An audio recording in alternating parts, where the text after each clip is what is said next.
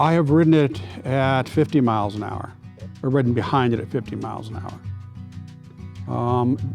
That's a reasonable speed for that locomotive.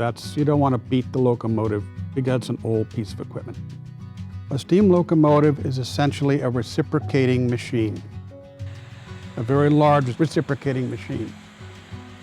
Once you put it together and start operating it, it wants to pull itself apart. On a trip you have to be certain you have enough fuel in the tender. On the 700, that's about 6,000 gallons. And then you also have to have enough water, and that's around 20,000 gallons.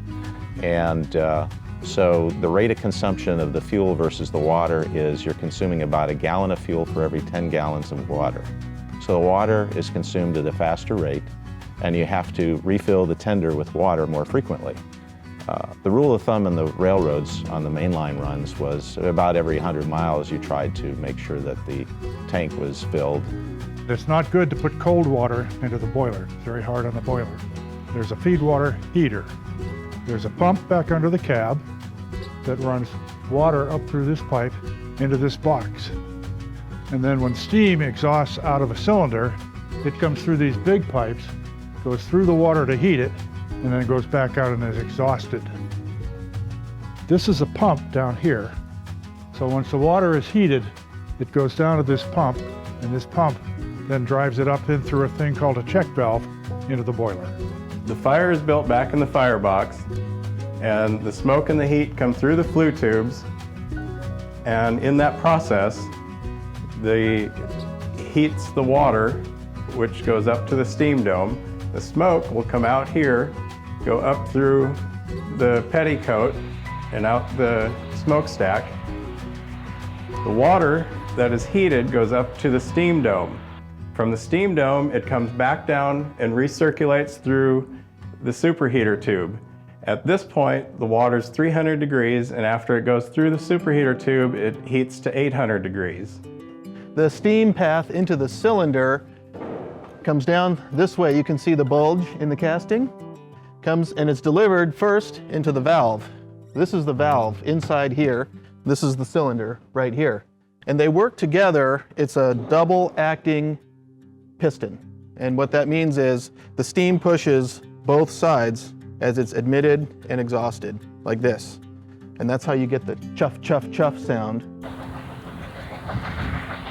So after the steam is superheated, the throttle then admits that superheated steam into the delivery pipe, where it comes into the valve and thence the cylinder. So the throttle up top is connected by a linkage. That's the throttle linkage right there. We have what we call a front end throttle, and it's connected through a linkage that would normally be installed from this point back to the locomotive engineer on his side of the cab. So the superheated steam comes through the throttle body, through the pipes, and into here where the steam is then converted into mechanical energy. Okay? Reciprocating mechanical energy. The superheated steam then passes through the throttle, controlled by the locomotive engineer, and down through this delivery pipe into the cylinder. As the steam pushes on the cylinder, it pushes not only this device, but also the rod, the main rod, back to what we call the main driver. And it's connected through this large pin. And all of this machinery spins around with the wheel. This rod is for reversing. It carries mechanical motion up to this device, which pivots like this. And this is connected then to the valve. This is how we change direction on the steam locomotive. This can be moved independently of the wheels. This rod, this linkage moves either forward or backward, and it raises this rod up and down, and it changes the position of the valve. When the steam pushes on the cylinder, it pushes this linkage, and all this mechanical motion comes back and rides back and forth on this slide.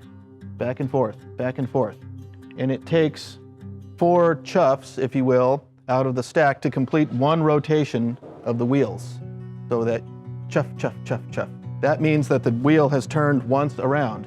And the faster the wheel is turning, the closer the chuffs are together coming out of the stack. And the faster this piece is moving back and forth, back and forth. As a steam locomotive accelerates, it begins to develop horsepower as the stroke of the valves is shortened, which means that depending upon the speed, you would work into a horsepower curve.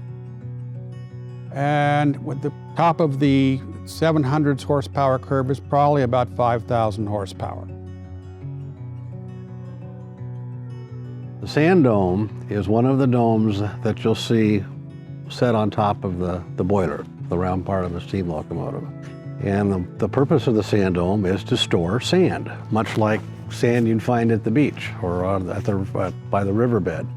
And the sand is used to help provide traction to the locomotive to pull a train. In flat territory, they don't necessarily have to use a lot of sand, except maybe when the train is trying to accelerate. In mountainous territories, they'll use a lot of sand. And like I said, it helps with the improved adhesion of the wheels on the rail to move the train up the hill. There are pipes that come down from alongside the boiler and put it right on the rail, right in front of the driving wheel. So you can just follow the pipes, come right on down. Sometimes it's just gravity. On some bigger, more modern engines, it has a little bit of an air assist. If a track happened to be greasy, it's not going to adhere too well to greasy rail. Wet rail could do it. Steep rail.